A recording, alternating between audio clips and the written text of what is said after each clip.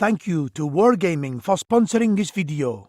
World of Tanks is a free-to-play online game featuring a huge arsenal of historically authentic tanks that you can modify, upgrade, and take command of in massive battles. You can rush aggressively, hang back and support your team, or pick off enemies from afar. Each tank has their own unique set of characteristics. New players can click the link in the description and register using code TANKMANIA to receive the Excelsior Tier 5 Premium British Heavy Tank. 7 days of premium accounts benefits, 250,000 credits, and 3 rental tanks. Let's say, hypothetically, you clicked that suspicious link while navigating a bootleg Polish pirating website trying to torrent a 240p copy of Top Gear Series 19, alerting a nearby French Charles Leclerc main battle tank of your activities. Its attention has now been diverted towards the total evisceration of your computer from existence. The main battle tank shows up at your doorstep within seconds and is now surveying your computer for structural weaknesses to exploit. What do you do in this situation? Do you call 112? Do you get the Chauvin composite reactive armor from the basement and prepare for the worst? Do you run away with your computer and enact the scorched earth policy? Don't be foolish. There is no time for cocking about in this situation. Look into the abyss of those cruel, spiteful eyes. The Leclerc knows no fear. It can only see fear. It can smell your hesitation. It can hear your anxiety. It can taste the fight or flight response happening inside you, and it's beginning to look more like flight than fight. This is the malicious face of one who demands absolutely no association with any concept of morals. To it, the Geneva Convention is merely the Geneva Suggestion. There is no telling what it will do next. Who knows what dirty tricks it has up its sleeve? Trench guns, mustard gas, a vial of poison around its neck in case it gets captured, a plan to split up and massacre your army in one decisive cavalry charge. All we know is that it will stop at nothing to facilitate the fateful reunion between your computer and a 7-kilogram, 2-stage long raw tungsten kinetic penetrator. Indeed, this is the descendant of Emperor Napoleon himself, and it will launch an offensive campaign against your computer with the speed, efficiency, and military prowess that the Blitzkrieg has wet dreams about. Does this sound like someone who has mercy? Do you think it will give you a centimeter of breathing room? No.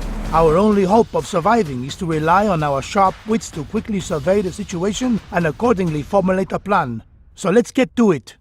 I hope you've kept up with your main battle tank's reading, because there are several critical pieces of information we should be able to identify from this menacing silhouette alone. We know that the Leclerc is armed with an auto-loading 120mm model F1 Giant CN120-2652 smoothbore gun, firing DM-43 armor, piercing fin stabilized discarding sabot rounds, which can penetrate more than 560mm of rolled homogeneous armor at a range of 2,000 meters at a velocity of 1,740 meters per second. Your computer, on the other hand, has no armament of any kind, and its thin armor can only protect against limited small firearms at best, not a 120mm APFS-TS round to the face, which is a problem. So what if we unarmored it?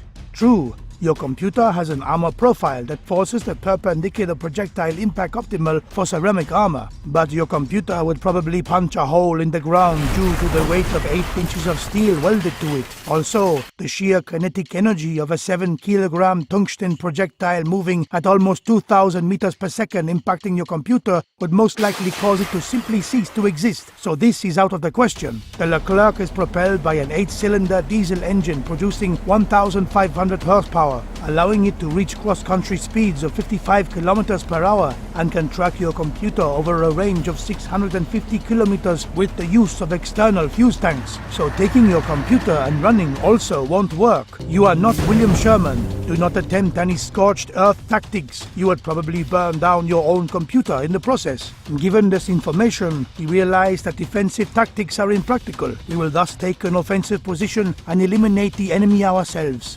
The Leclerc was designed to withstand multiple impacts by various weaponry over a 60-degree frontal arc. Therefore, as long as the Leclerc is facing you, which it will be, in order to theoretically penetrate this armor, we must use the proper ordnances. These include the most modern iterations of long-rod AFP-SDS rounds, which use a kinetic energy penetrator rod made of depleted uranium and can penetrate over 700 millimeters of rolled homogeneous armor, or even tandem charge anti-tank guided missiles, which detonate in 2 stages and can penetrate more than 1,000, almost enough to get something through your thick skull. The only problem with these proposed solutions is that most people do not just leave tandem charge warheads and depleted uranium rods lying around the house. Without these necessities, those layers of composite ceramic armor plates and reactive modules make the Leclerc virtually invulnerable, unless we found a way to bypass them altogether. I can already identify a weakness. Can you? Of course. Most modern main battle tanks lack protection in the roof area. It just so happens that the Leclerc fits this exact description. The roof does not have the raw armor thickness of other more critical areas such as around the cannon breech and gunner sights. Due to its extreme slope, any shots that land there will certainly ricochet, regardless of normal thickness. Thus, the roof armor of the tank is made relatively thin to save weight. This will be the Leclerc's fatal flaw and ultimate undoing. So how do we exploit this weakness? Do we climb up there and hit it with a hammer with speed and power? We have a more sophisticated solution up our sleeves. HESH ammunition.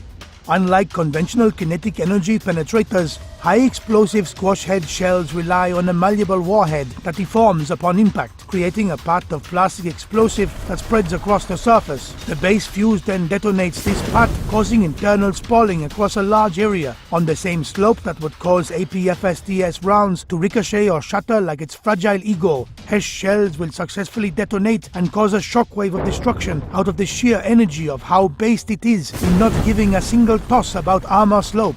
So how do we acquire HESH ammunition? Most people don't just keep random tank shells lying around. Don't worry if this is you. We will now put your baguette stash to good use. The oblong shape, soft sensual texture, and delicate crust of a pristine baguette resembles the components of a HESH shell. All that is missing is the shell filling. If we were to somehow give our baguette explosive properties, we would have ourselves a magnifique high-explosive squash-head round. We will now do exactly this. Hollow out the baguette, then insert a delayed action base fuse. Next, fill the rest of the space with plastic explosive, leaving room at the top for inert filling cap.